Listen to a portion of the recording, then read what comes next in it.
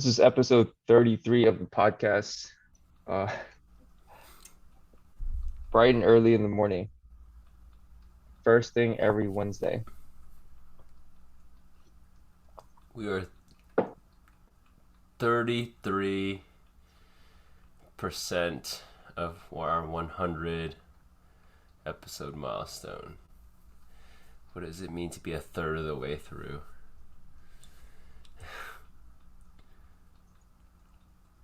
Um, Damn, 33 is a Jesus year, dude. What is the Jesus year? 33. Is that That's when when he it, died? yeah, Oh shit. Dude, I'm turning 33 in like a couple months. yeah, Jesus year. Yeah.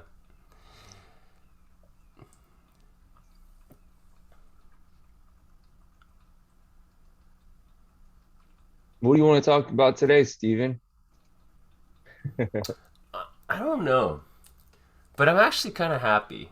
I'm actually kind of happy that we are on episode 33 and that we've kept this going despite all odds. I think the muscle flex has been critical.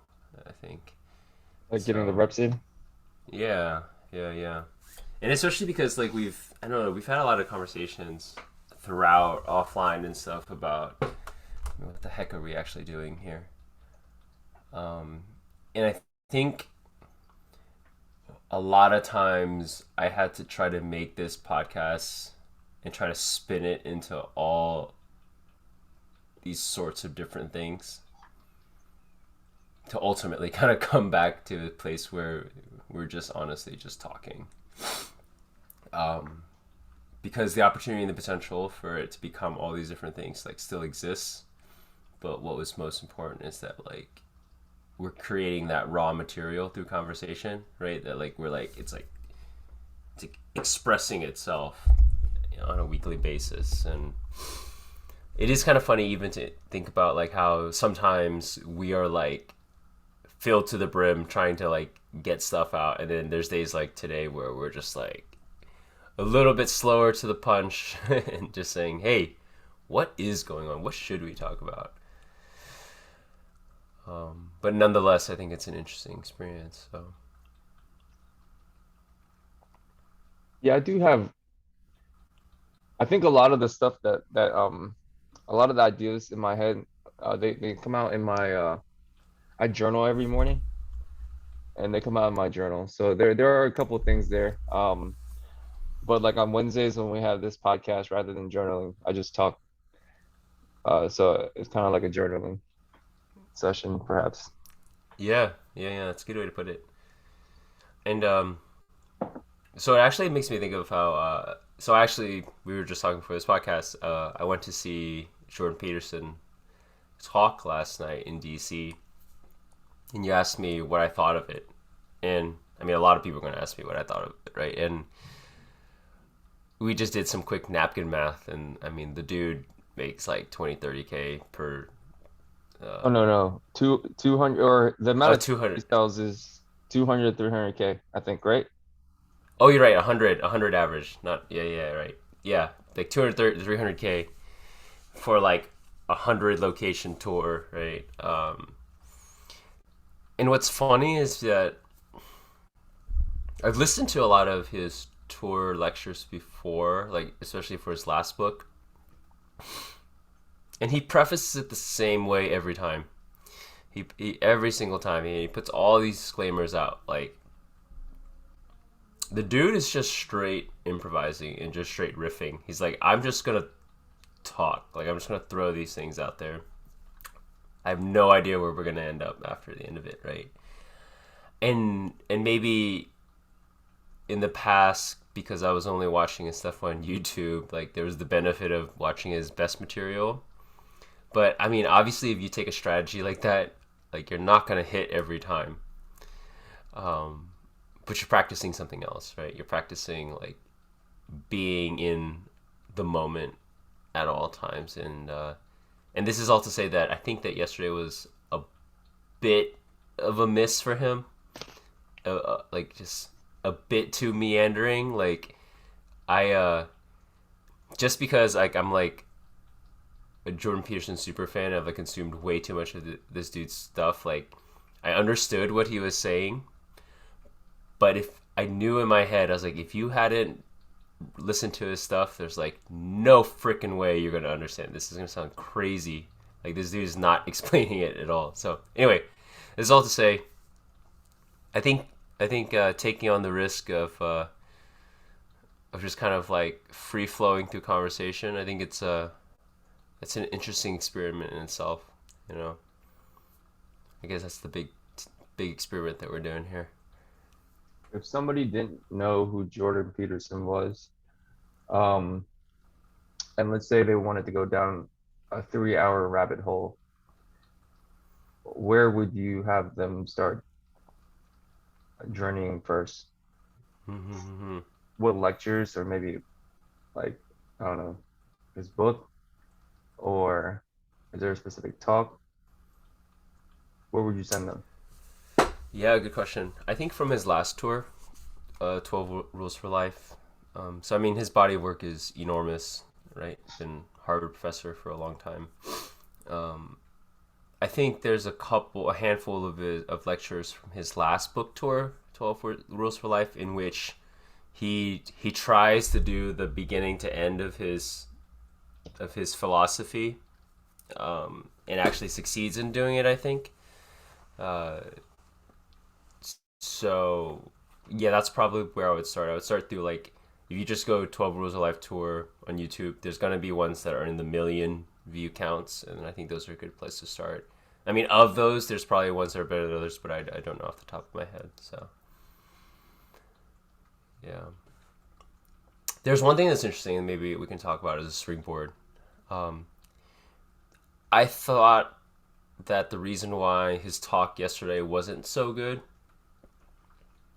was because, I mean, one, he was trying to fit way too much in a short amount of time. But the thing that he was trying to fit in and explain and get people like download into people was um, the fact that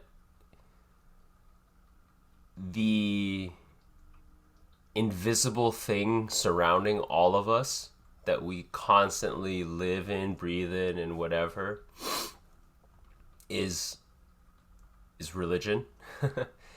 um, and I think back to that story of the goldfish, right? The "This is water" lesson with goldfish, where there's like these two young goldfish hanging out, and then this old goldfish comes by, and the old goldfish asks the young ones like, "Hey, how's the water today?" Right? And then he floats on by, and then the one young goldfish looks at the other, and he's like, "What the hell is water?" The lesson there being like, fish don't know what the hell water is, right? They're always in it, they're always submerged in it. Yet it's the very thing that they like, depend on. And I think humans likewise, we are always in this thing. And it takes so much to recognize that you are in this thing, right? Like like very specific things need to happen to kind of help prompt you to realize that you're within that thing, if that makes sense. And so that's the analogy, and I think that he tried really hard to make that case for people, saying that like religion is our water and you can't take it for granted, right? Just because you have no idea that it's there, but it is, and it's like supporting everything, like literally everything. I did try to listen to one of his podcasts this week. Um, forget who was interviewing him, or maybe he was on someone's podcast. It was Jordan Peterson on a podcast. Um, and I probably didn't listen to it close enough to fully articulate his argument, but he and I actually probably didn't even finish the podcast, but he was talking about how a lot of, you know how like nowadays there's a lot of people in like the woke left that are like kind of like taking up arms and protesting like anything really. He was talking about how the decline in religion in Western societies is leading to that because in the past, like, I don't know how far back in the day, but let's say like the 50s or before or whatever, you used to have religion kind of be more of like a staple. And obviously before that, it was even more of an obvious thing. I guess most of Western society probably has you were probably like, Christian or Catholic or, whatever, and taking it more seriously. But now that that's not a thing anymore, like religion kind of like died. Um, a little bit or like a lot of it uh like the human like person or animal or whatever still needs to fulfill that thing within them that they are fighting for something bigger or part of something bigger or like whatever that is, and then so they attach themselves to like these uh I guess like these causes, and even if the cause is something like I don't know. I mean, I don't know what I don't know, climate change, um, vaccine mandates, or mask mandate, like whatever. And so he was talking about how he thinks like there's a correlation there. And I thought that was kind of interesting. I mean, I don't know if it's true or not, but it's a very interesting, um, I guess like very interesting point that he was trying to make. Yeah, yeah. I think I think most people could agree with that. I think that's a palatable take, right? And even if it's not causes like social justice causes, I mean, you've seen people attach themselves to sports teams or even what phone you use. Oh God, you're an Android. Oh, you're iPhone, right? It's. I mean, we will take on any form of identity that we can, right? But I mean, I think the vacuum left by religion is certainly, I think, not to be understated.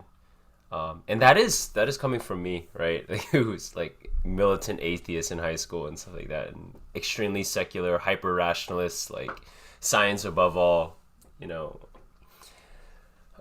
But I think you grow up and you start to realize like there's no manual for how to live or why the heck this all you know is here and what we're supposed to do with it, and like the pieces that you're actually working with, you start to realize like like we're all here to like kind of build something, play with something, right? And I think that you start to realize that the pieces that are actually in front of you that you're manipulating and stacking on each other are like value laden pieces, like emotional pieces. It's less of like the way you stack and build your life or your family or your marriage or anything, right, is actually like these set of values and constructs that are, I don't know, yeah, they're there's like emotion behind them, there's morality, right, there's like ethics behind them. It's like you're doing it for a purpose that's not obvious, right? And it's like one that you have to kind of figure out what your quote unquote purpose is. Otherwise, like all the stuff you're building, it just doesn't make sense. Like, you build this tower and it's just like kind of like, I don't know, it just doesn't, it's not cohesive. So,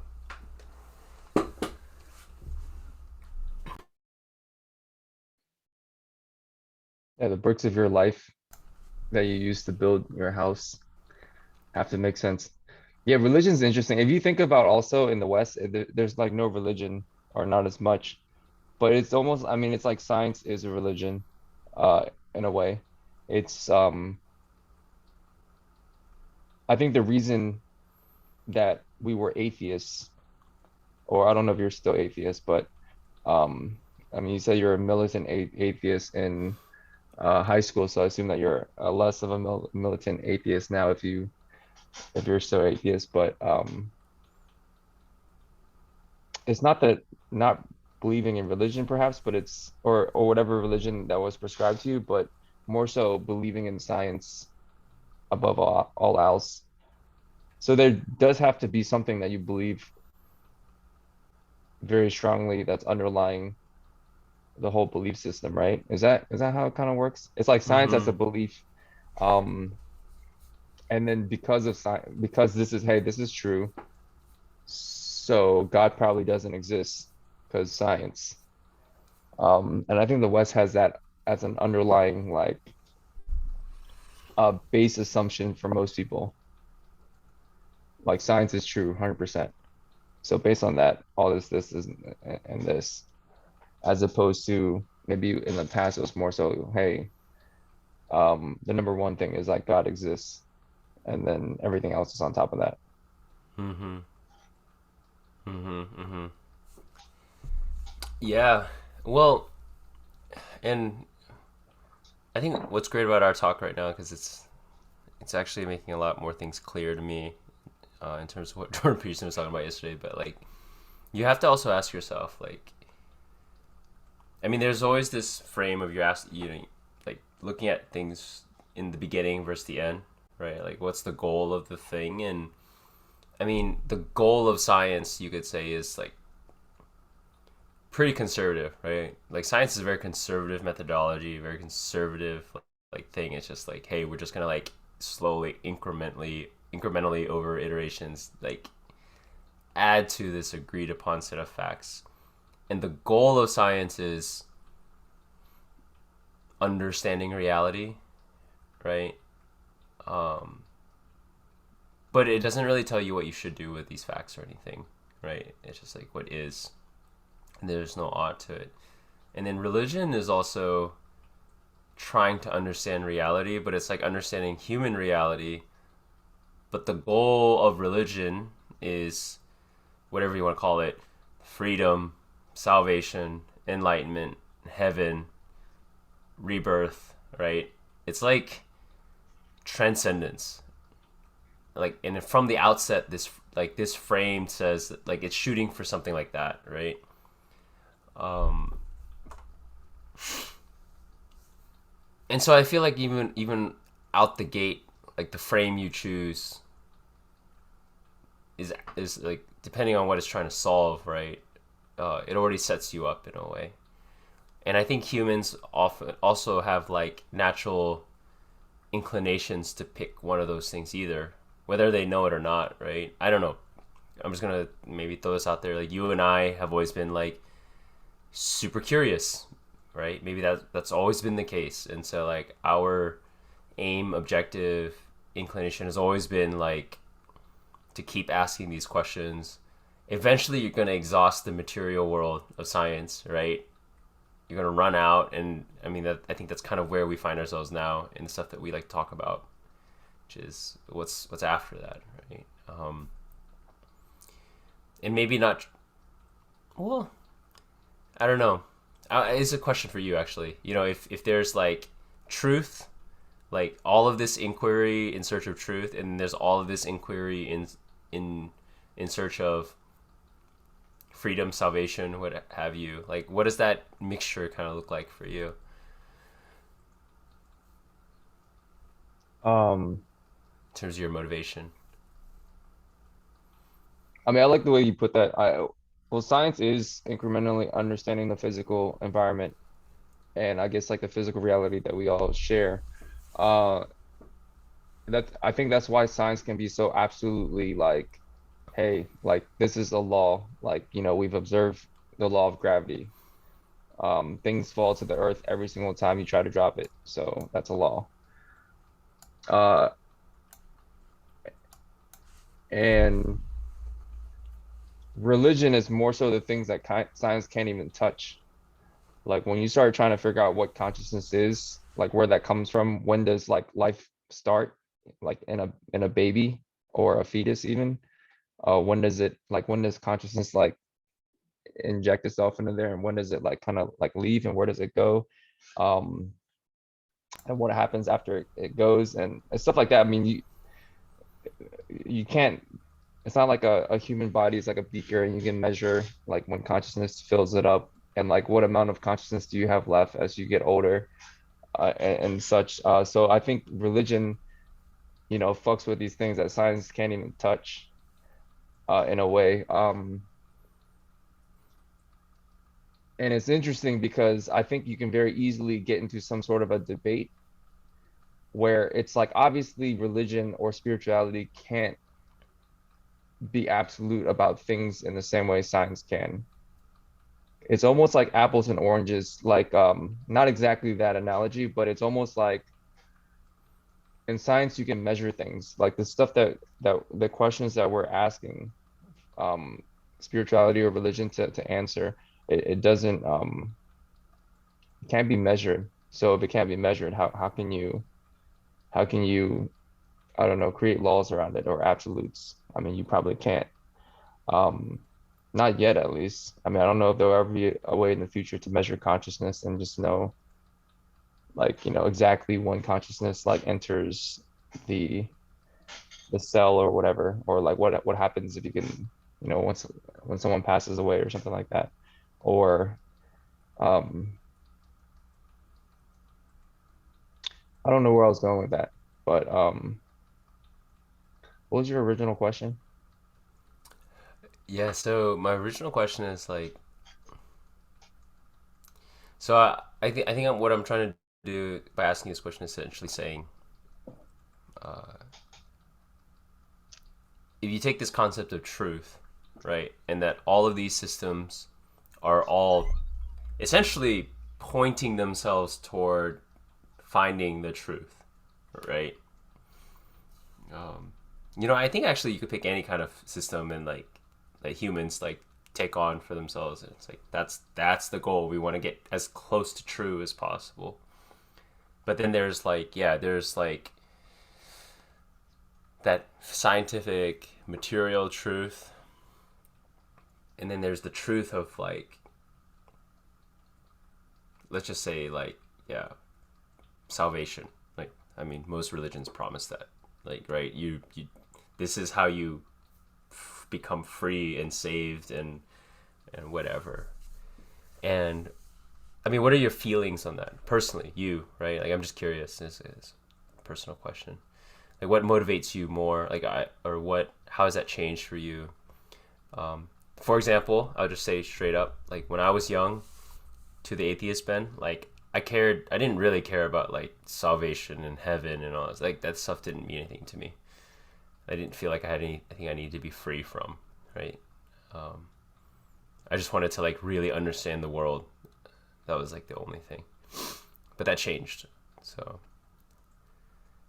I'm curious. Like, how did I feel about uh salvation or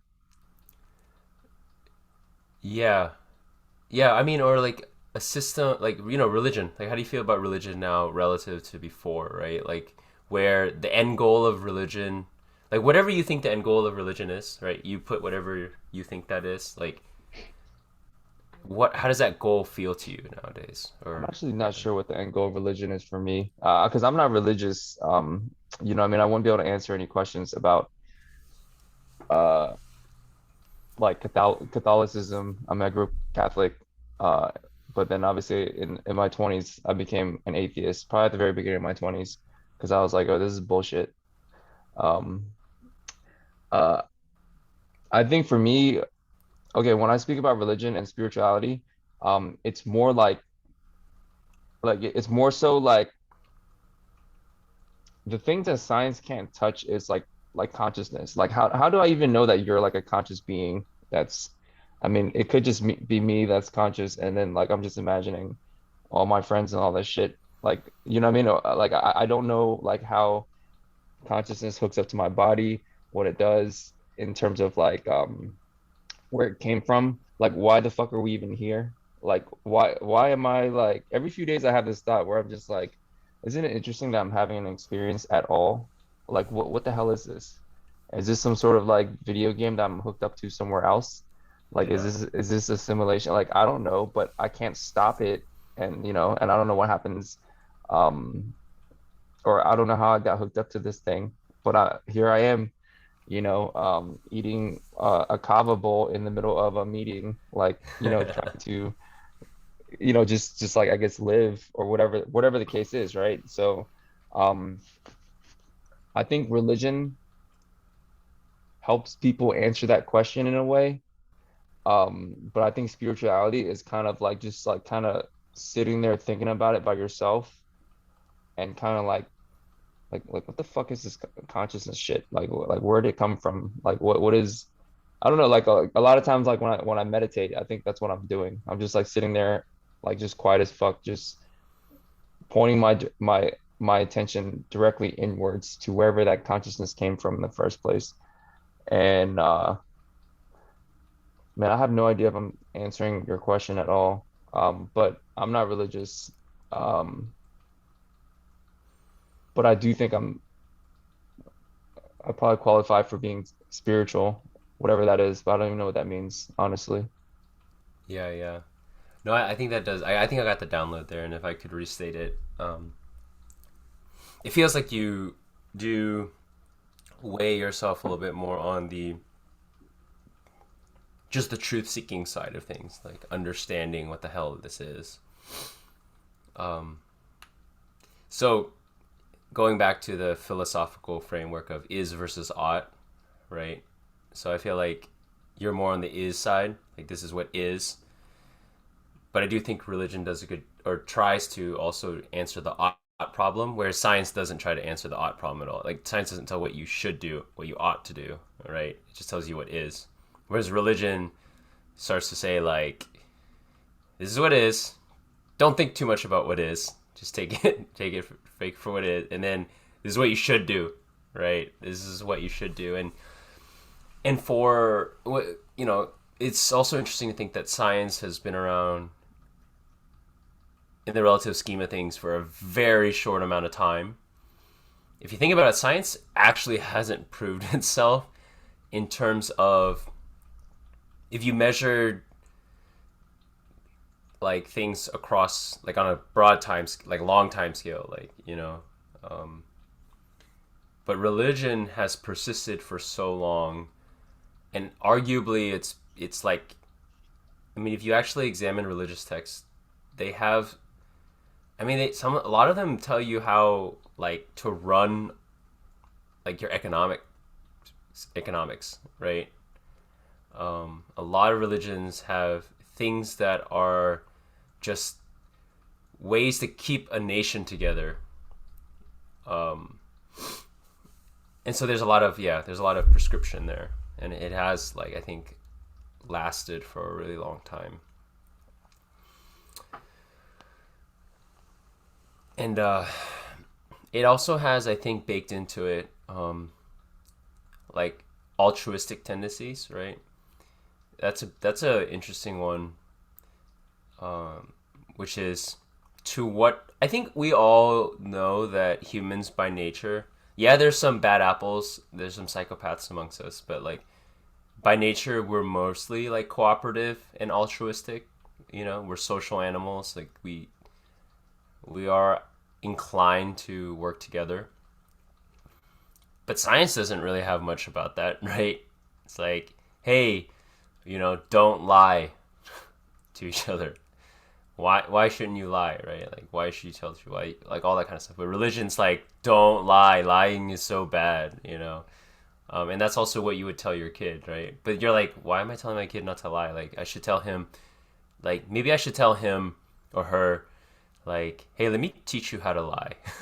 Like let's be, or like you should lie, but like maybe not all the time or something. Or there's, I don't know. There's things like that.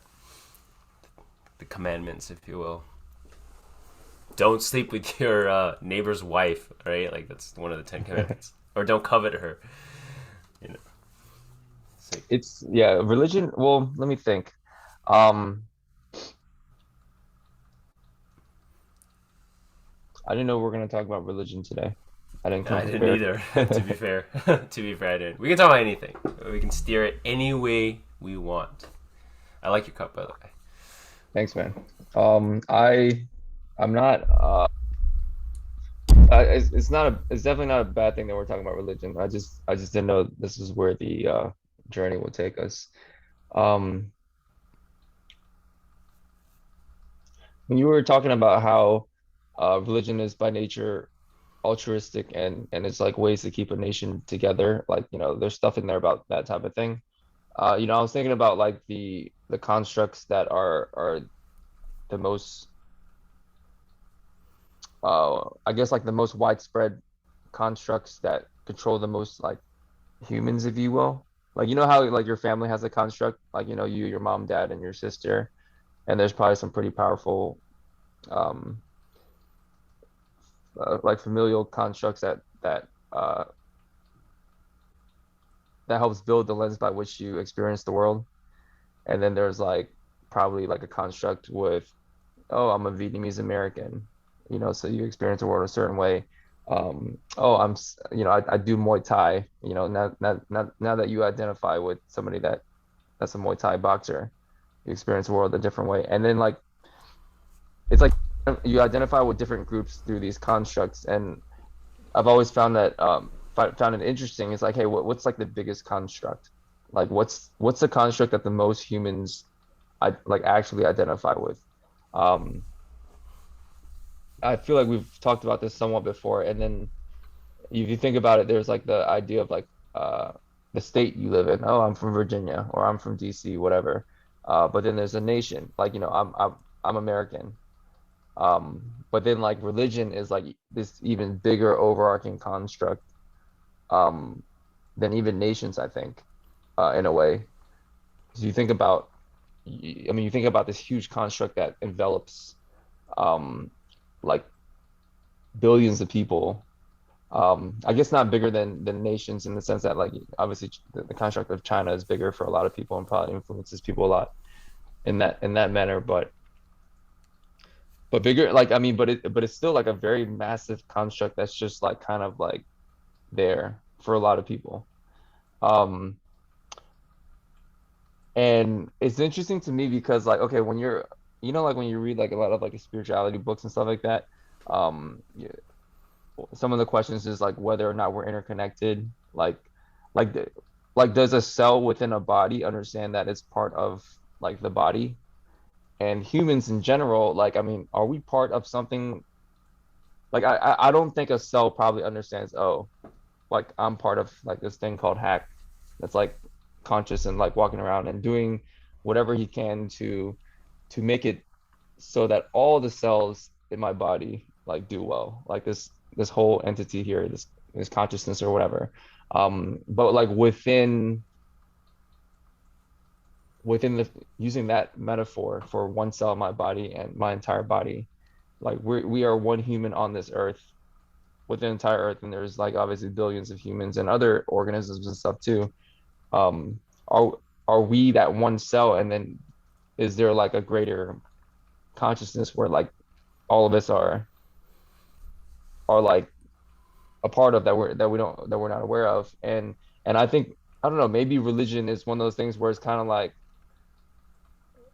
the uh, identifying that through um when you were saying like religions have ways to hold keep a nation together, I'm thinking, okay, it's kind of like you have the earth and a bunch of like these people, and then religion helps like keep everything intact on an external level. It's like I don't understand that internally, externally, like whatever. I don't understand that I'm part of this whole, probably, if that exists. I don't know, but religion in a way is kind of like, all right, hey guys, we're all part of this thing somehow, so we got to be nice to each other. Um, I don't know. That was kind of a long ramble. Oh no, that was a beautiful question, and it also spawned a lot of thoughts. So let's see how I can handle this.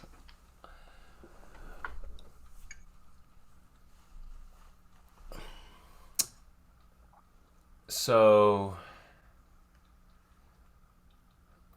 oh gosh, okay, where do we start? Let's see what comes out. I think that, and if I'm gonna go put my own scientific hat on, right, which is like, I actually am not going to propose or even suspect that like a cell has consciousness, right?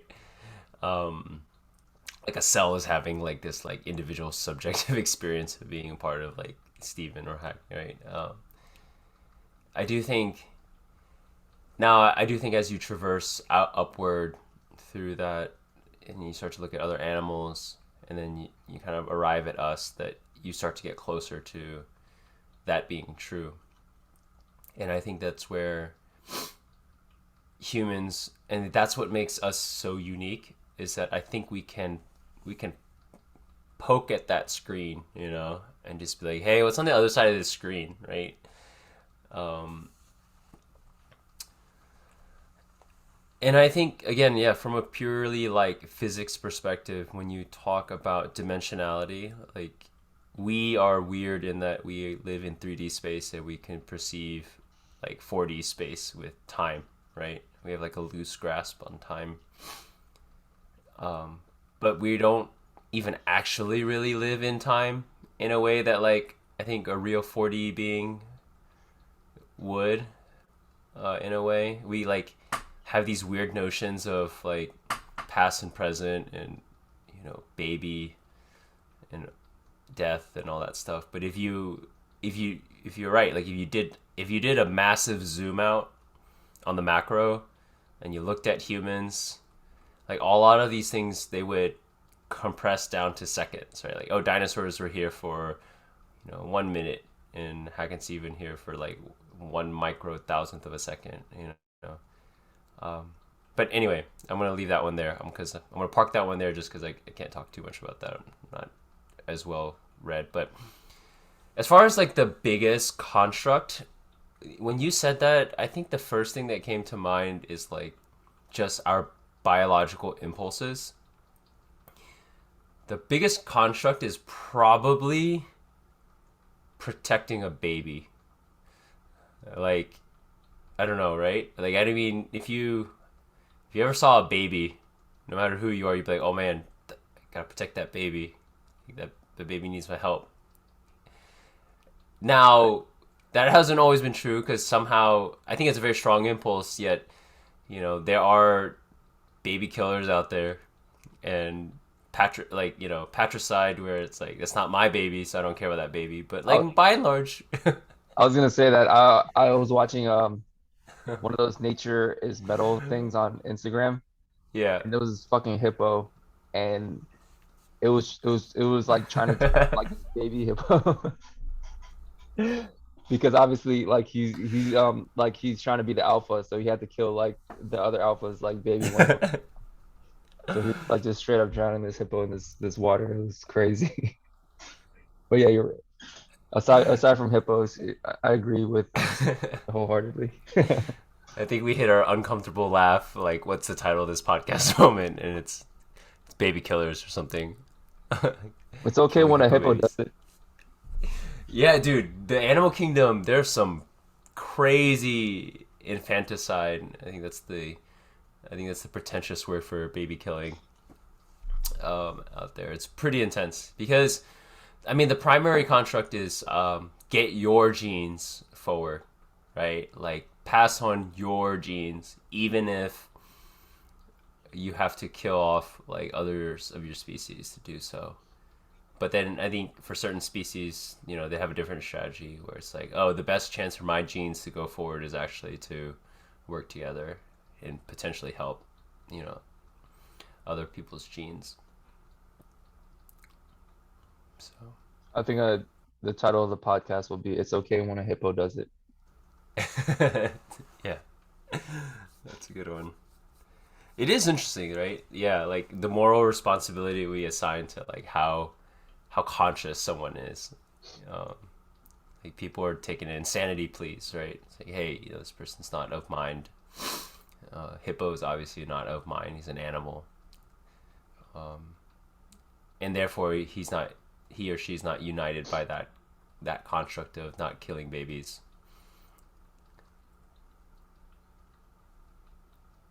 Which is interesting that I say not killing babies, because of the controversy around abortion in this country, which I think has happened.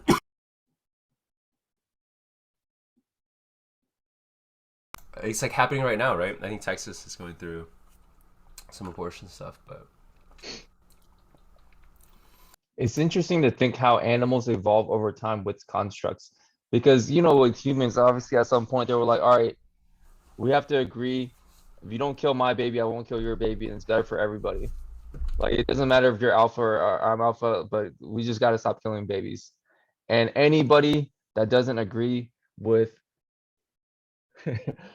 anybody that doesn't agree that killing babies is wrong, then you just gotta like throw them in jail for the rest of their life or whatever it is. I mean that's how laws get formed, right? And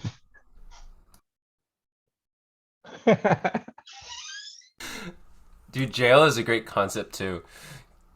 Like jail starts with when you teach your kid about timeout, right? Or go to your room. It's like go to jail. Like so yo, if you don't do this, then this happens, and we can all agree to it as a society. Obviously, where certain overlap, like people can be like, no, I don't agree to that one, and I'm gonna agree to that one instead. It's kind of like abortion is one of them. Hey, I don't agree to that one. I think anyone that has an abortion should go to hell. So that should be illegal, and we should. But it's interesting, like to think like this container of uh like these rules we set down, and over time how a species evolves because of the rules that are like laid in place. Because yeah, if you didn't have like a lot of these rules, then it'll just kind of be like the strongest dude that could like fuck anyone up will just be the guy that passes down his genes, kind of like in the animal kingdom, kind of like hippos and shit. But then over time it's like, oh well, I guess uh like we can decide by majority, because majority can uh agree to this, and if someone doesn't agree with it, they could fuck off and go to jail, and then over time their genes don't get passed down or whatever, and then you have like a certain type of animal as opposed to, I guess, like hippos. yeah. So it makes me think of. I think I must have read it on like a Reddit discussion a couple weeks back, but you know, it was great because it actually challenged a lot of my what I felt like where the inertia lied with our current system, right? Like democracy is all I've ever known. It's kind of crazy. That's a lot of privilege there, right? Like I've only ever known democracy. Um, but the comment basically was saying like, hey, don't discount anything because it was really hard for us to get off of like kings having divine right? Like that was like a good amount of history. Like there's like this one person who had like a lot of kings were ordained as demigods. Like they were actually had holy power, right? And that's where their divine right to rule came from, and they passed it on and all that kind of stuff. And it was for a really long time like the truth of the world, and we got off of that system somehow. You know, we somehow changed. We're able to evolve that construct. So yeah, it is interesting to think about. And then in more of near history, like I don't fall either side of this. Is a very like polarizing topic, but like there's Soviet Revolution, like all the revolutions that happened in the last within the last century of let's try communism, right? That was the last like big construct shift, if you will. So it's still very new, still very developing. Can't take anything for granted there in that space. I don't think. But a lot of those constructs do come from religion to start, right? Rule of law before there was separation of church and state. Like, you know, two people of the same sex should not be able to get married. Like, that's going to be like the downfall of us. It's going to make us lose relative to the other country.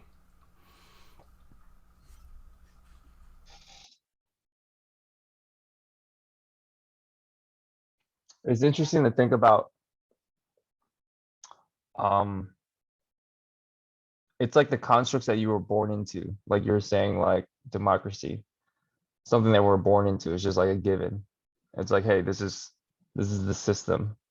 Um, obviously we're indoctrinated probably during what elementary school, middle school, uh,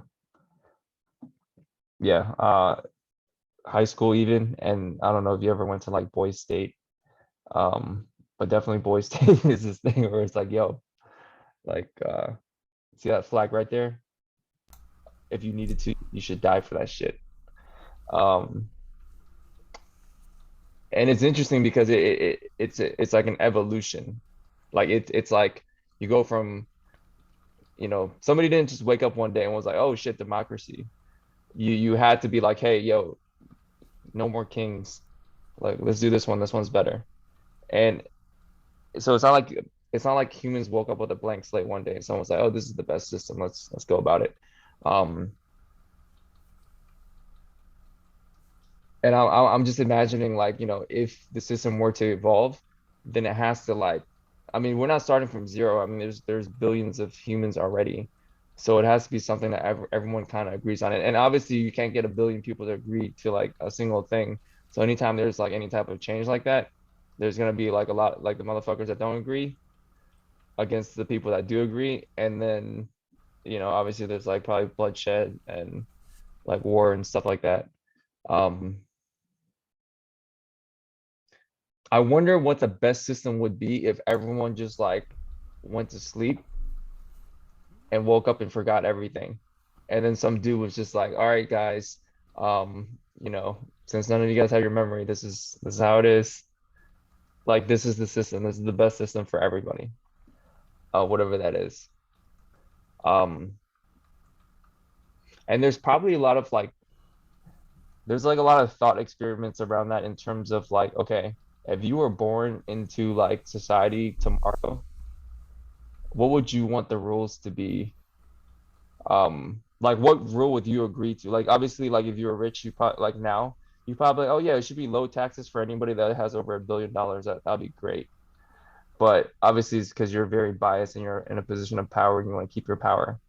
But if let's say tomorrow everyone woke up and we just random roll of the dice, you could be a baby, you could be a billionaire, you could be like anything in between, then what would be the rules that you would agree to? And that's probably maybe closer to what it should be than whatever like I don't know, whatever the fuck like Jeff Bezos wants or something.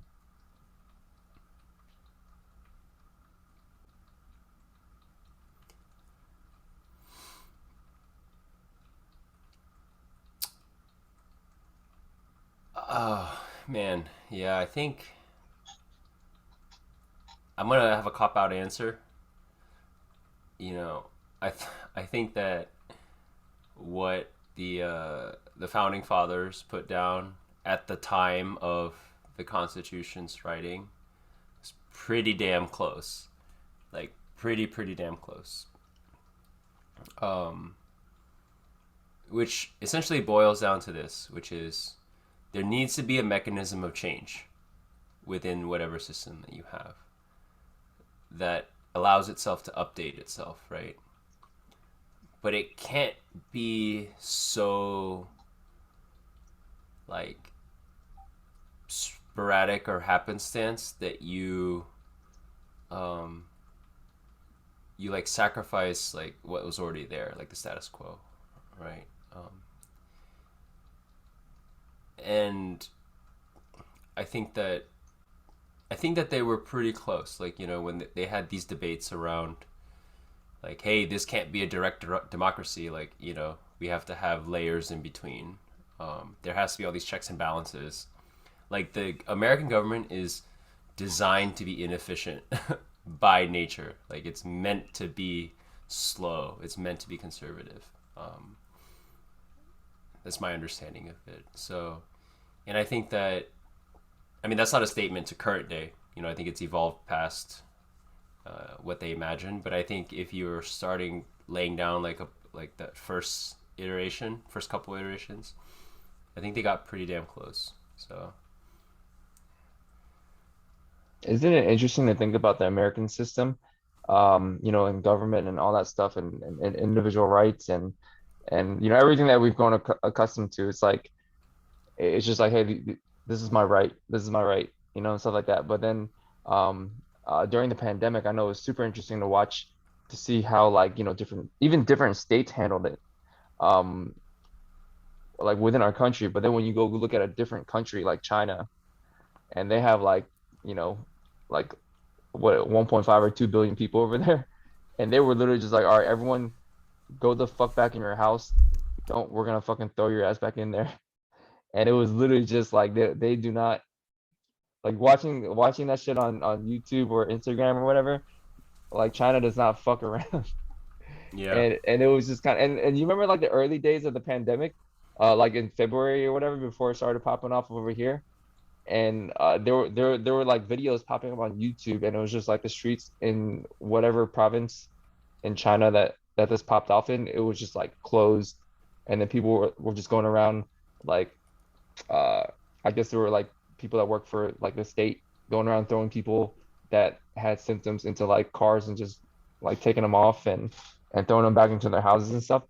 And we're just sitting there like watching that. I was like, damn, good thing good thing we don't live in China. And then I guess like a month and a half later, when it popped off here, um, obviously we handled it uh, in a completely different manner because the mechanisms by which we've agreed to as a society are different. It's not like I don't even know how China works. I mean, I just know that they're a lot more authoritarian than we are. Who decides that? Is that the president over there? I don't know. No, it's not. It's not just the president. Um, it's like a political party. Like it's like a singular political party. And I don't. Okay, so I'm speaking way outside of my like understanding here. But what I think what I understand it to be, it's like this. Imagine if your dad, right, had all the money, or he does, right? Actually, let's just take your dad, for example, right? He's the guy, but he's got 5 kids, and he's just like, all right, here, I'm giving you all $1,000. Like, go do your stuff, right? But just know that I want you to make sure that the family, has has this, right, and this, and then you guys go figure out how you do it. You compete, you whatever, you do all that kind of stuff, and then and he just lets you do your thing unless he doesn't agree with it, and then he comes in, he's like, no, okay, here, or he's like, oh, here, hack, here's another 1,000. You're doing good. Like, I think it's something like that. You know, I think it's something like that. And even like the point where like he's like created even a bank around, like a separate bank, but that bank also does the same thing. I don't know. I mean, I use the money analogy already, so that's my understanding of China, which is where you get the hybrid capitalist structure with the communist structure, where ultimately the government owns everything, but there's still this market that happens. I don't know if that's right or wrong, but Damn, I wonder if their system's better than ours. it's yeah, they're this, yeah, Or Zerg, right? Zerg versus Terran. or I wonder if they have to get that way to function with that many people. Like there's a They have to system get. Uh like for huh. instance, I mean there's like 300 and what 40 Americans or something. I Yeah. mean there's like 2 billion Chinese people. Yeah. Like I wonder if you can like if America somehow got to the point where there's like 2 billion of us, like would this system still work? You know what I mean? Where if every state had as many people as like fucking California, um, like would Mm-hmm. I'm just thinking aloud here because obviously when the founding farmers wrote down whatever they did for the Constitution, I mean there was what 13 states or something, and it was probably like what 50 people per state. Um, Yeah. Yeah. Yeah. Okay, so I'm going into I'm going into controversial, provocative territory with this. Okay, but I'm gonna try to not get canceled. Don't worry, we've been talking about baby Baby killing. baby hippos and But I mean, this is like one of the most famous, popular science fiction premises, right? Which is like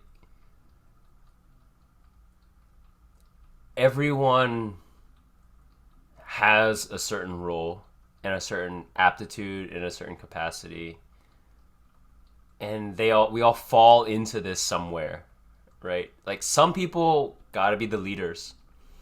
You know what I mean? Like some people got to be the leaders, some people got to be, the doers. Like I don't care what system that you have, right? Like that's just kind of like the premise, the base premise. But like how do you set it up in a way that maximizes everyone's well-being and happiness and whatever, right? Like everyone deserves to thrive at whatever level they are. The problem though is that how explicit are we about that level, right? I know, for example, sometimes when I poke above my level, like I look at what these like senior VPs are doing, right, or CEOs, or I see like these crazy entrepreneurs, right, and I'm like, that's clearly not my level, right? I mean, I think that I have the wherewithal to know I don't want that level. Like I like where I'm at. Like I'm productive. I have meaning. This is where I'm at.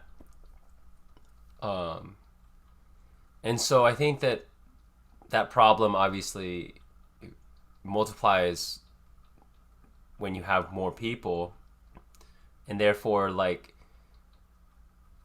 I would probably, to answer your question, like, think that it requires, like, yeah, more authoritarianism towards the top, like, you know what I mean? In whatever system that you have, like, that power starts to necessarily entrench itself a little bit more to the top because I mean the reality and again like it's just the way populations I think sample out there's always going to be more towards the middle, right, and maybe shifted a little bit in either direction than there are at the extreme ends, and certainly at the extreme ends of like intellect and competence and emotional resilience and all those things that you think that like make up a really good leader, like a really strong leader, right? Like the person that you'd want to be like the admiral or general of your army. Your Tom Brady, if you will. And I think that's a really hard conversation to have, right? Because where it's like you have to say it in a way that's not like saying that like you're like that's like tied to your human worth or anything, your but vote doesn't matter. your vote doesn't matter. Yeah, like my vote doesn't matter in terms of like figuring out what the military should do, right? Like, but you abstract it, right? I think that's why we're out of the system, right? Where like my agency is abstracted, so that my voting power is like a tenth of a share, right? Like I'm a shareholder in this corporation called the U.S. I get dividends of it, and I get to like I don't know, do things, but I don't know. It's a hard problem. But I guess I'll close with this too. Is going back to what I said. Like I wouldn't even want more. I do think to some degree a lot of the psychosis, depression, the stuff that Americans are going through right now is because we have too much choice. It's that paradox of choice, and I think that tons of happiness research, right? Like positive psychology research, happiness research is on this, where like you inundate people with too much choice, too much potential, like they're gonna flail around, right? Like it's actually gonna hurt them. Like with your kid, like for example, if you had a kid hack, you wouldn't be like, oh, you can do everything, have at it. You would like work with your kid. It's like, hey, these are things you're good at. These things you're not so good at. These things you like. Like this is a thing that's a little bit more viable. Like maybe you pick that thing, right? You'll have a better life. You'll have more fun instead of being like, yeah, kid, go. You're gonna be the next Sean White. Like go. You can do that if you want, and they just like break their head and feel bad that they can't be Shaun White. But who's a snowboarder, by the way?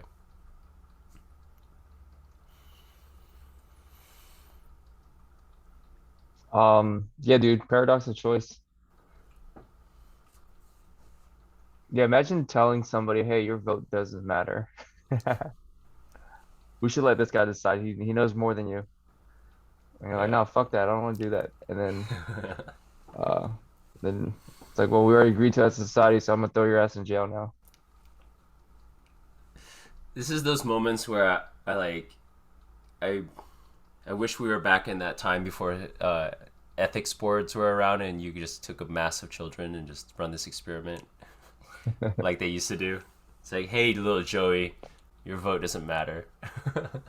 Well, I mean, like when you grow up in a democratic society, it's like, "Hey, yo, your vote does matter."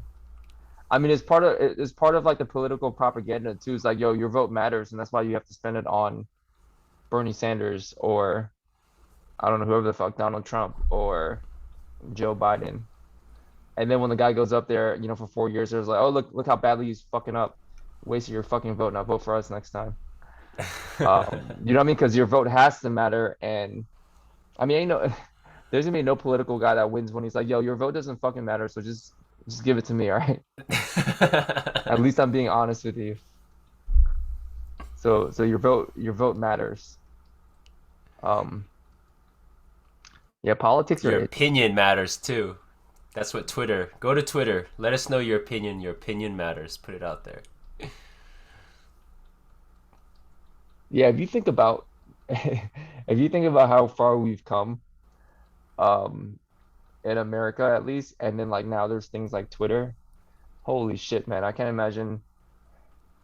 I couldn't even imagine this like from 10 years ago, Yeah. where we are now in terms of how fast information travels and there's just so much information that you could just consume anything that you want about any opinion to reinforce it. And it's just like this, like Google is, I mean, great for information like exchange and stuff, but it's also like this human cognitive confirmation bias machine that um I don't know. I'm sure if I wanted to reinforce some extreme idea, I could very easily do it um through Google. So It'd be great. we talked about how um, trying a new format for this podcast where we read some type of content or listen or whatever. We engage with a type of content and then we react to it, respond to it. There's one that came to mind when you said that. It's just, I mean, I've read it, but I could read it again. It's do you remember the Federalist Papers? Um, I took AP history and got a 4, so I do remember the name of that. I don't know how Well significant it done. was.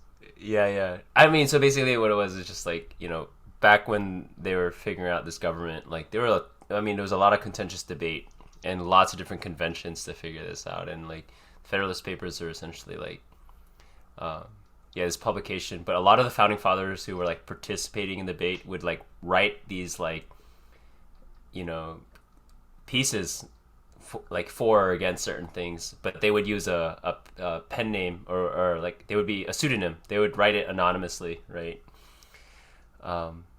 But James Madison wrote one that I swear to God, when you read this, you're like, this dude's talking about Twitter and Facebook. 100%. Look at the way he's written it.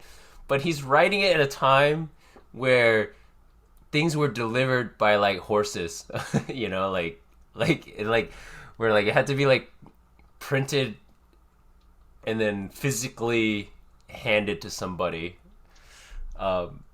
But he was afraid of exactly what you're talking about, which is oh, dude, I'm worried that people are gonna there's gonna be mob mentality and people are gonna get too. Information's gonna spread too fast. It's gonna once it gets we can't get a hold of it. It's just gonna opinions are just gonna run rampant and cause strife. And it's bro, is he talking about Twitter? What the hell? Yeah. Anyway, there goes. It's crazy that like like they thought of that.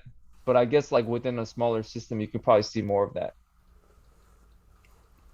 You know what I mean? You can see more of that. I guess you're talking about humans, but just like less of them. Well, I think that to your point about like how we couldn't even imagine this, right? And like everything's about it's all relative, right? And it's about your frame of reference. The fact that like you read this and there's like so much like the what he wrote in itself was very dire, and then like you could just imagine what like he couldn't like I mean where we are is just like so ridiculous. Like we've normalized to it, but we probably don't even realize how ridiculous it is that like there's this crazy you know when you talked about like what is this like meta intelligence that might exist, like the wave, the trend graphs of social media, like that now might be like this AI entity that's governing us, right? Oh, remember that Wait But Why blog post that you sent me where like we're all reacting to what we think everyone else thinks, and we tend to like homogenize and think that like everyone thinks that same thing, but in Mhm. fact because we're wearing the facade of what we all think we should think, Right. but in reality underneath it's much more unique, right? And so like this Twitter thing is also this extrapolation of that concept. I feel like that's a very strong force or energy now. Oh no, it definitely is, dude. Like, why would I form my own opinions if I could just find a really smart dude on Twitter to follow and then just be like, hey, Steve, you ever thought of this? You're like, Yeah, damn, right. damn, Hack's pretty smart. I can't believe you thought of this. Yeah, basically. And it's funny because that smart guy's opinion or girl's opinion or what have you, their opinion is relative to their like what they think is the biggest opinion worth responding to, right? And everyone has a different like conception of that depending on what your little bubbles and echo chambers are like, you know.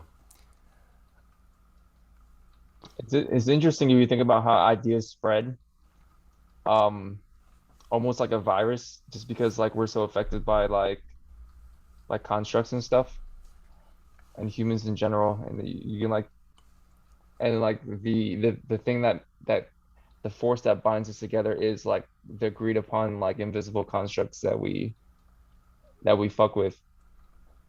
And then so I mean you could literally affect like hundreds obviously even like billions of people with like an idea like the idea of China or the idea of I don't know the Democratic Party or whatever that is. Like that's the thing that like holds like when you I don't know how it works, but you know how like ants and like bees, there's just like there's I don't know millions or billions or however many ants inside a colony, and they're all doing this one purpose, and it's to serve the queen. And I guess they probably do it chemically. I don't know how it works, but somehow all the ants know, hey, this is the task, even though it's just I don't know. It's just like they're so far removed from it. But even like, when Oh. they're like way off, they just have this one singular like purpose. And when you observe it, I'm guessing scientists probably figured it out. They're probably like, oh yeah, there's like this chemical that like goes around and it makes ants kind of know, oh yeah, this is the queen, and the queen needs this in order to survive or something like that. But when you look at it with humans, it's hard to say like how or maybe it's not hard to say, but like the mechanism by which all humans work together, almost like an ant colony, is like the constructs that which by which we agree on. Like bees do it too. It's like, yo, how the fuck does a million bees know to do this thing? Um, but yeah, and humans are like bees and ants, but I don't know if we probably don't use chemicals as much as constructs, or maybe we do. I don't know. Wow, that's an amazing idea. Yeah. No, I think yeah, we use constructs, we use language, right? Like yeah, someone throws it out there and then it spreads however for whatever reason it spreads, and then that then now dictates what the hive does. Yeah, it's interesting if you think about it like that because like observing humans, like you're within the construct, so it's hard to take a step back and be like, wait, when did we all agree to this shit? Um, but at some point we did, and whether it was by consciously or subconsciously, we agreed to it, and so here we are. Yeah, and I think about anytime I think when we talk about this, I always think about like I think the most powerful emotion of all is like outrage, which basically implicates like concepts like justice and fairness and what have you. Like, what exactly is outrage, right? What makes it so intoxicating? I mean, I think that's the number one thing, the number one construct that moves people. And I'm not even using it to like target social media. Like, I mean, demagogues, aka like politicians who just like rally on emotion and stuff, like since the beginning of time, have been using outrage, right? Like persecution and outrage.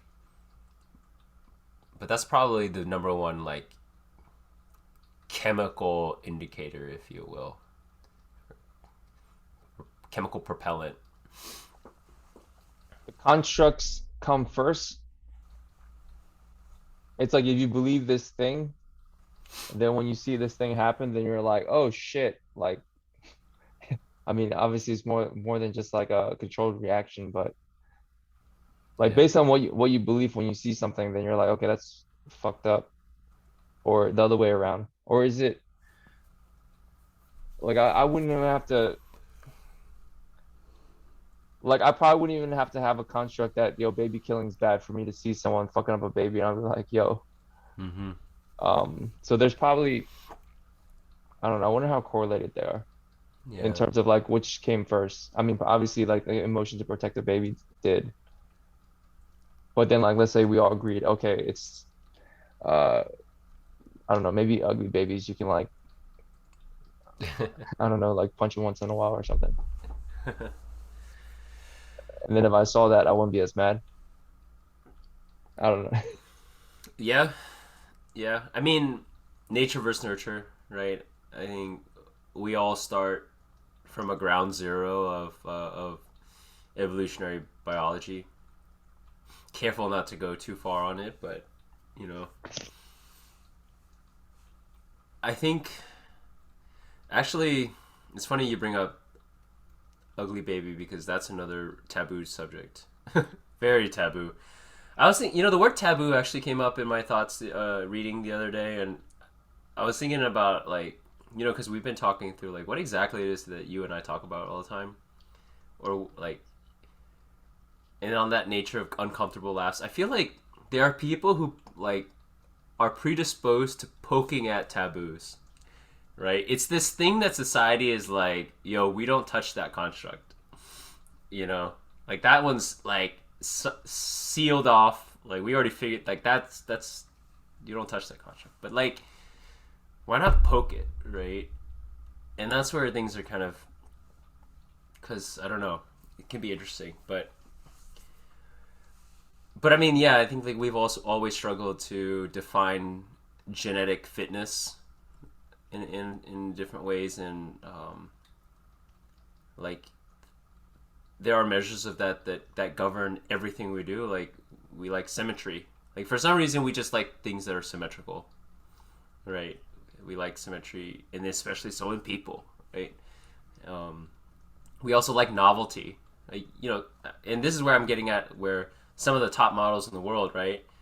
Like sometimes you see this new model and you're like, whoa, this person looks, they have this thing about them. Well, why? Because it's novel, right? Like we are looking for something new always, and then and they're not conventionally attractive. Sometimes people are like, man, this person's not like really good looking or anything, but they're like novel, but they're still symmetrical, right?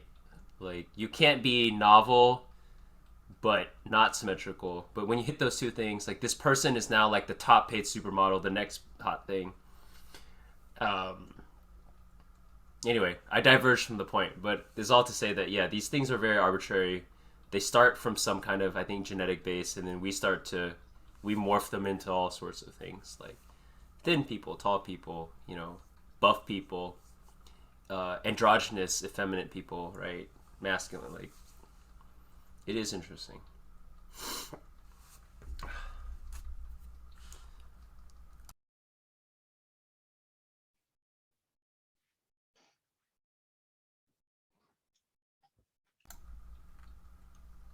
Yeah, I don't think we mess with that many taboo subjects relative because there's some shit that we don't touch. Um, I mean, even like Joe Rogan talks about shit that I'm just like, all right, damn, that's crazy. I mean, like, he's getting canned for it, but or actually, he's probably not getting canned for it because there's a lot of constructs that are backing him too. Um, but it's interesting to observe and to think about the mechanisms by which uh, the human mind and works. Like the because we do talk a lot about. I don't know what the subject of the podcast is. It's hard to say for me as well, but I do know even when we talk about spirituality, a lot of that um, forces us to look at ego. Ego is like the construct of the self, like related and things like that. So we always go back to constructs. That is a topic that we always seem to fall back on at some point. Um, and I think that will always be an interesting one for me, just because it's like, okay, how does the mind work? Wait, why did you feel that way when you saw that? Is it a nature thing? Is it because humans are just like hardwired that way when you see, this thing that it it like I don't have to have a construct about attractiveness if I see like, like an attractive girl walk by, even if I can't speak English or whatever or didn't understand anything about anything. I'm sure there's like, gears in my head, um, something that's like within me that's like, oh, like attractive girl. Um, but I wonder how it affects it when you layer a construct on top of that. When it's like an attractive girl is X, Y, and Z. You, Mm-hmm. you know what I'm asking? Because you know how like some Yeah. societies an attractive girl is different than the society that we live in. I think there was like some African tribal like society where like food was obviously like a lot more scarce, and so like the fatter girls were a lot more attractive. But then obviously in America where food is like plentiful, then it's It's the like opposite. Yeah. is it yeah is the exact opposite, and we grew up like that, and it's been reinforced over time. And I wonder how much of that like programmed whatever system that you know whatever subconscious baseline we have for what attractiveness is. Mm-hmm. uh yeah, this is a real-time thought because I literally was like, well, I mean, they're attractive people are just something that's pre-programmed before any constructs. But why is it that different societies will view different types of things attractive then? Yeah. Yeah. Yeah. Yeah. I think attractive is actually an interesting construct in itself. We just talk about attractive, and it's not. It doesn't mean even. Maybe appealing is a better word because it's just like what draws people, right? What do they aspire or desire to, or like negotiate away from or towards. Um, it's interesting. Skin color has also went through that inversion where in a lot of working societies, like darker skin means like you're out in the field more and lower class, and then lighter skin obviously meant that you didn't have to do that. And then in America, it's like inverted itself, where like darker skin meant that you could take vacations in the Bahamas or spend outside playing tennis on the weekends, and I mean, then they have tanning salons and they shit. have literally tanning. Yeah, it's like American when they get darker. Um, Yeah, exactly. And it just keeps flip flopping, man. You know what I mean? So it's crazy. Um, yeah, humans will always like order rank things by value. You know, it seems like. Like by noticing like nuanced differences, you could like actually rank these things now. Yeah, I mean, I think it's like a multiplicity of rankings. Probably, I don't think we could come up with one scale, but like we're always ranking things. I feel like it's just human nature to do so. But I think you're right. It's really interesting where we start to like overlay other constructs on top of attractiveness, and we almost certainly do, right? There's that concept of the halo effect, and this is by the way, I think this is the taboo thing that I'm talking about. Like of all, right now there's a lot of conversations around identity and labeling and what have you in our American politics, and I think that the one that by far like trumps all of those things is actually two of them. Like height and attractiveness are two of the like bigger correlates, I think. And so there's this concept called the halo effect. This came up in psychology where yeah, people who are perceived as more attractive are deemed more trustworthy people, smarter. Like they get benefited out in every single category, right? Um, no one talks about that, right? Like that's a like huge bias when we talk about implicit biases, right? That compound into like systemic stuff. But I wonder how I feel about that. I mean, I think um yeah, I feel like I read a study like way back in the day, or maybe in a psychology book or something, um, where it was like I don't know, women of a certain or like like even like with CEOs for instance, right? It's right, like the top 500 CEOs, they're all like over six, like 95% of them are over 6 feet tall, or something like that. And it's interesting when you see uh such disproportionate numbers, and you're like, hey, what's going on here? I think the study that I was referring to was I forget how they measure like attractiveness, but it was like when you set the baseline for people going to court to argue like different like I guess like traffic tickets or whatever. People that were more attractive got off like 90% more than people that were like deemed unattractive. I don't know how they set that bar, but I'm sure they figured something out. Um, and it's hard to say what's fair and what's not fair because it is a I mean it's probably not fair in the sense that hey this is I don't know what I want to say. um it's hard to say what's fair or not fair, but I feel like knowing that you just got to play the regardless of whether it's fair or not, you just got to play that game. Like I mean, I didn't set the rules, but if you know that hey you get like a 25% boost if you I don't know. I guess you can't do anything about being taller, but you could probably do something about like grooming yourself or like, being a little bit more attractive in terms of like, I don't know, going to the gym and doing your hair in the morning. And I know my hair needs to be done, but it's almost oh you have to play that game then. yeah, you reminded me of a cultural footnote that I was thinking of when you were talking earlier. So we're both Asian, so we can talk about this. Um, yeah, it used to always. I mean, we're Asian American. Actually, I should say it that way. Like when I looked back at Asian culture, whether like Vietnam or I don't know, China, whatever, right? I was just like, man, my peoples are super materialistic and superficial.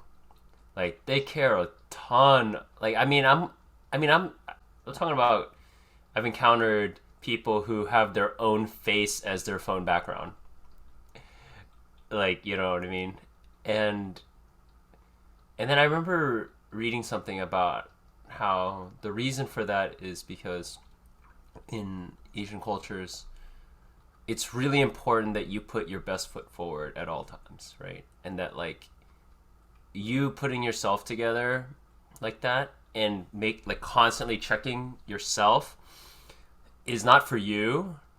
It's so that other people are seeing the best version. Like you're putting your best self out there, right? And not that I don't think that there's maybe more of a middle ground to that, uh, but it definitely opened my mind a little bit more about what I perceived as extremely superficial behavior.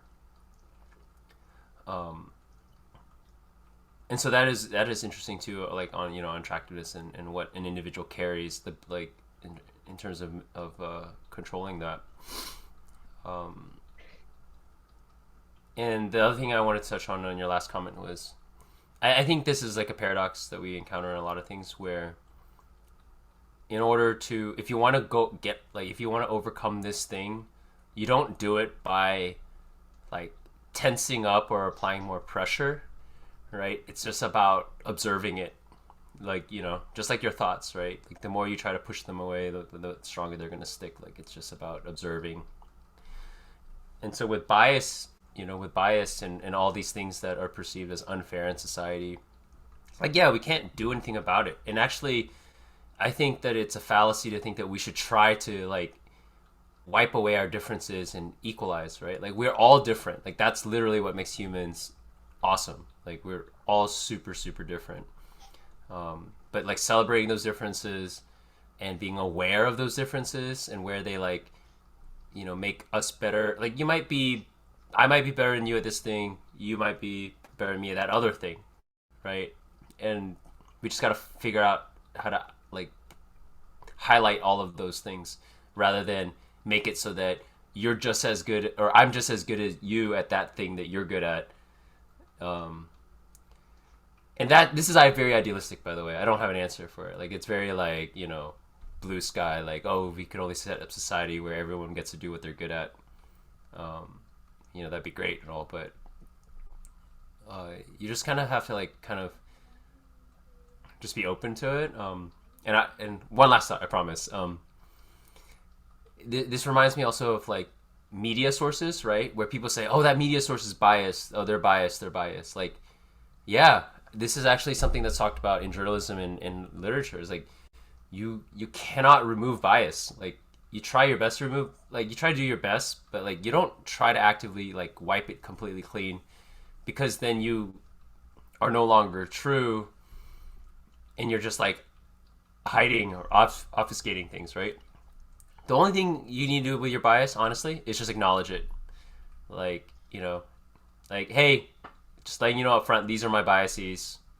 Now I'm gonna go into my like saying what I need to say, and that's it. I don't need to try to like change what I need to say to be unbiased. Like, you know,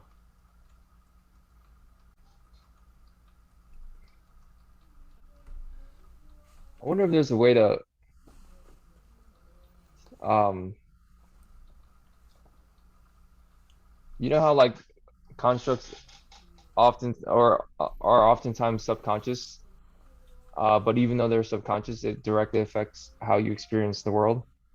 I wonder if there's a way to like, I don't know, see all the constructs or like just kind of like rise above them.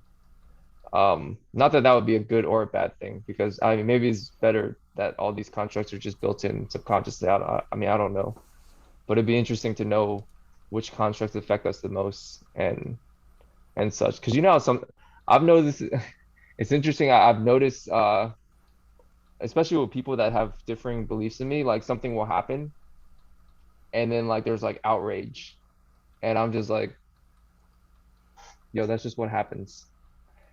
And it's like two people seeing the same thing, but obviously through two different lenses. One person is like outraged, and I'm just kind of like, oh, that's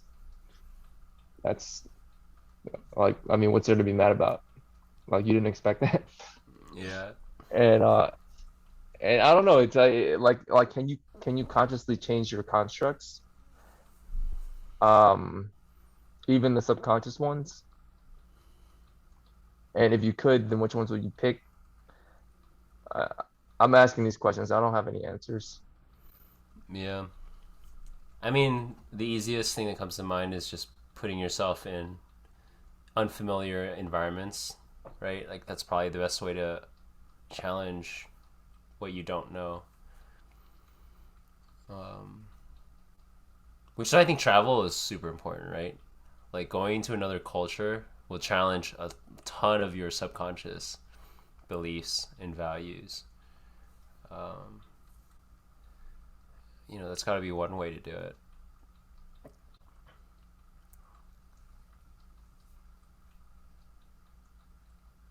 Yeah, that's definitely one way to do it.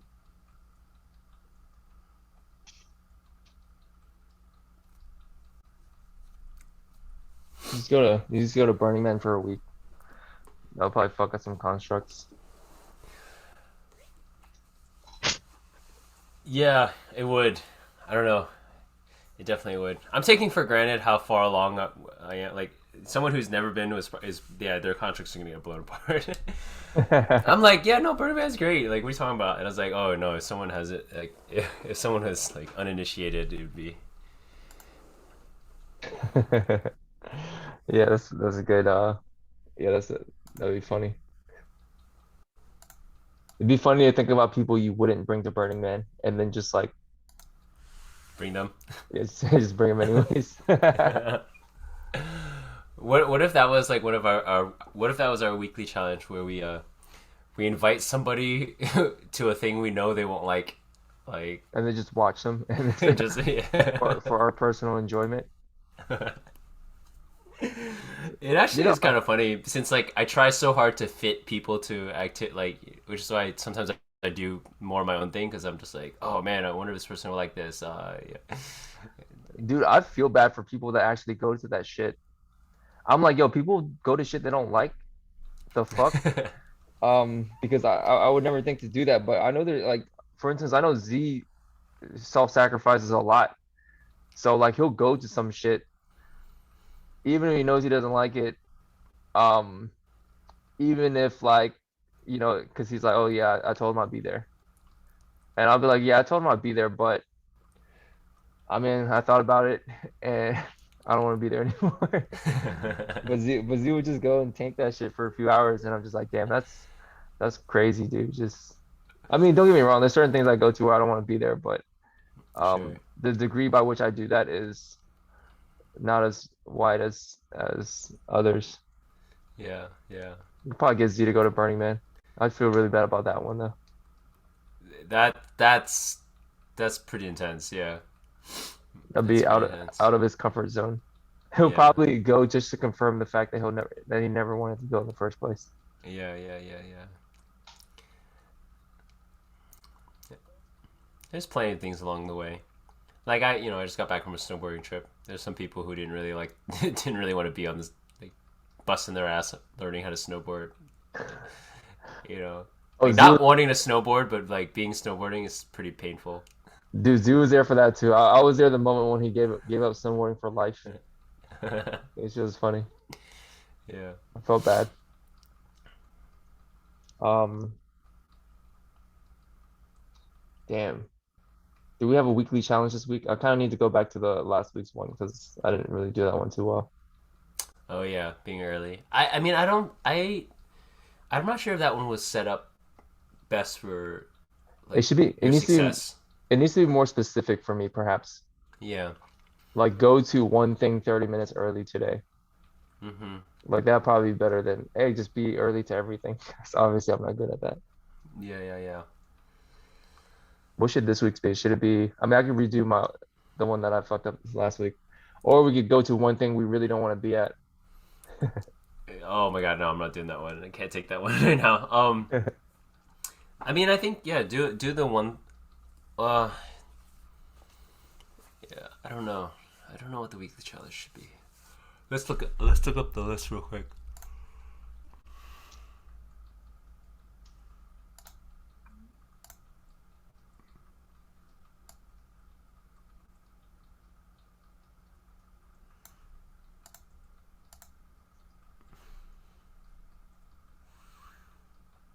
What's the weather like this week? Might be a good week to be like, okay, let's just go on 20-minute walks every day.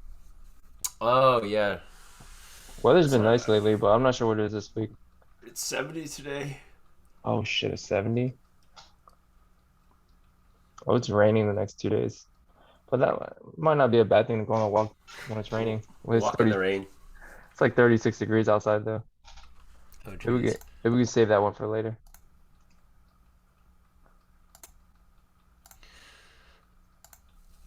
I don't know what the challenge should be.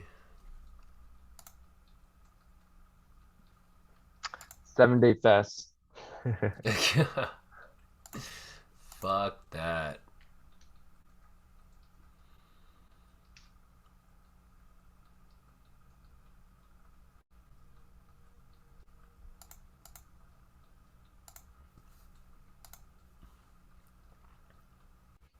I really don't know what challenge you should do.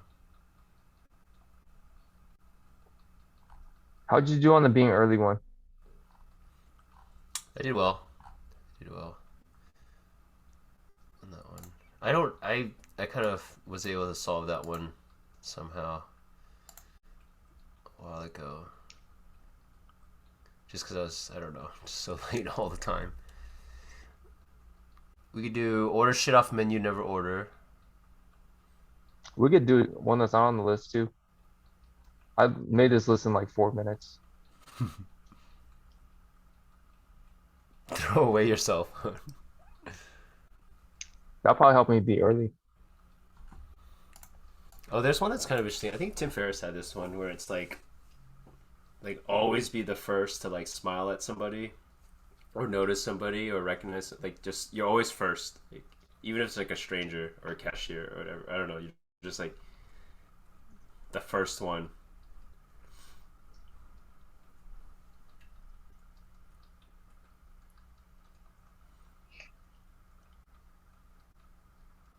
That might be a good one. Donate blood.